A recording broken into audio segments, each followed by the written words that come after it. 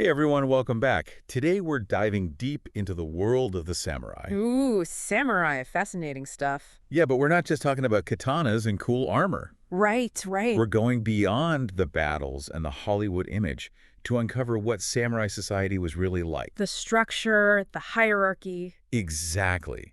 And we've got two awesome sources to help us piece it all together, so let's jump right in. All right, let's do it. So, right off the bat, both sources point out something really interesting about the word samurai itself. Oh, yeah, the word itself is super revealing. Yeah, it comes from the verb saburo, which means to serve. To serve. So these legendary warriors, these symbols of strength and independence, they started out as essentially servants. Servants to the nobility, that's right. It kind of flips the script, doesn't it? It really does. It challenges the whole lone wolf warrior image we often have. Yeah, like picture this. The fiercest samurai, known for his unwavering loyalty. Right. But he started out basically as a personal assistant, fetching tea and scheduling meetings. Haha. Well, maybe not exactly like that. Okay, maybe not, but you get the point. I do. The point is, the foundation of the samurai identity was built on service and loyalty to a higher authority. It wasn't about individual glory. It was about fulfilling a duty, a responsibility. Exactly. And to really dig into this system of duty and responsibility, Yeah. we need to understand the distinction between two key terms, Bushi and samurai. Yeah, both our sources mention this difference, and I'll admit I've always gotten them a bit mixed up. No worries, it's a common confusion. Yeah. So imagine Japanese society as this grand pyramid. Okay, but pyramid. At the very top, you have the Bushi, The Bushi. the elite warrior aristocracy, the landowners, the powerful families with long lineages of military service. Right, so they're at the top. And below them, you have the samurai initially serving these Bushi lords. Okay, so it's like a feudal system with layers of obligation and allegiance. Exactly. It's like company, you have the CEO at the top and then different levels of management below. Right, but instead of board meetings, it's battles and sword fights. Uh-huh. Yeah, a bit more intense. Definitely. But like in a company, there's room for ambition, right? Absolutely.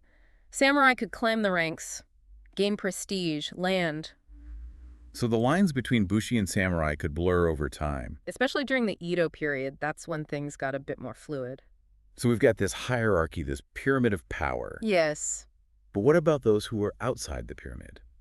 Those who went off the corporate ladder, so to speak. Yeah, you're talking about the Ronin, To Ronin, exactly. masterless samurai wandering the land. Our sources mention some famous examples like Miyamoto Musashi. Ah, the legendary swordsman, author of the Book of Five Rings. Then, of course, the 47 Ronin, whose story of loyalty and revenge is still celebrated today. Classic tale. But it's always fascinated me the concept of a Ronin. Yeah. If the samurai system was all about serving a lord, why were there Ronin in the first place? It's a great question.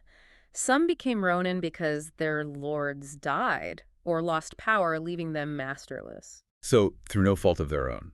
Right, but others might have been disgraced, exiled, cast out from the system. Ooh, that's got to be tough. Imagine that, in a society built on loyalty and fixed roles, to be suddenly without a place, without a purpose. You'd be an outsider. Exactly. So you have these masterless Ronin on one hand, navigating a world without their traditional support system. Right. And then on the other end of the spectrum, you have the Hatamoto, elite samurai, serving the Shogun directly. Whoa, that's like reaching the top floor of the executive suite. Precisely. They were the closest advisors to the Shogun, Yeah. holding immense power and influence. Like the top tier managers, the ones calling the shots. Exactly. It's amazing how diverse the samurai class was. It really is. From masterless wanderers to the Shogun's inner circle. It's a far cry from that simple image of warriors in shining armor we often see. It definitely shatters those stereotypes. This entire structure, this complex hierarchy, it defined Japanese society for centuries. Up until the Meiji Restoration in 1868. Ah, yes, the Meiji Restoration,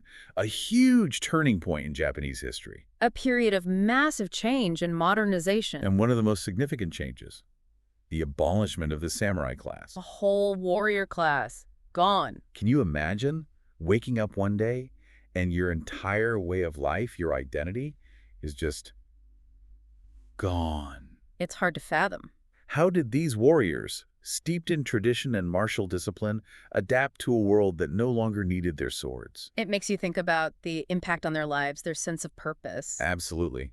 It's clear that the samurai were much more than just warriors. Yeah, their stories about loyalty, duty, ambition, and the struggle to adapt in a changing world. It's a story that still resonates today. And it makes you wonder, how do we view the samurai now? Are we clinging to romanticized notions, or are we willing to see them in all their complexity? That's a great question to ponder. We've only scratched the surface here, but hopefully this deep dive has sparked your curiosity. There's a whole world of samurai stories out there, tales of honor, intrigue, and epic battles. So go explore.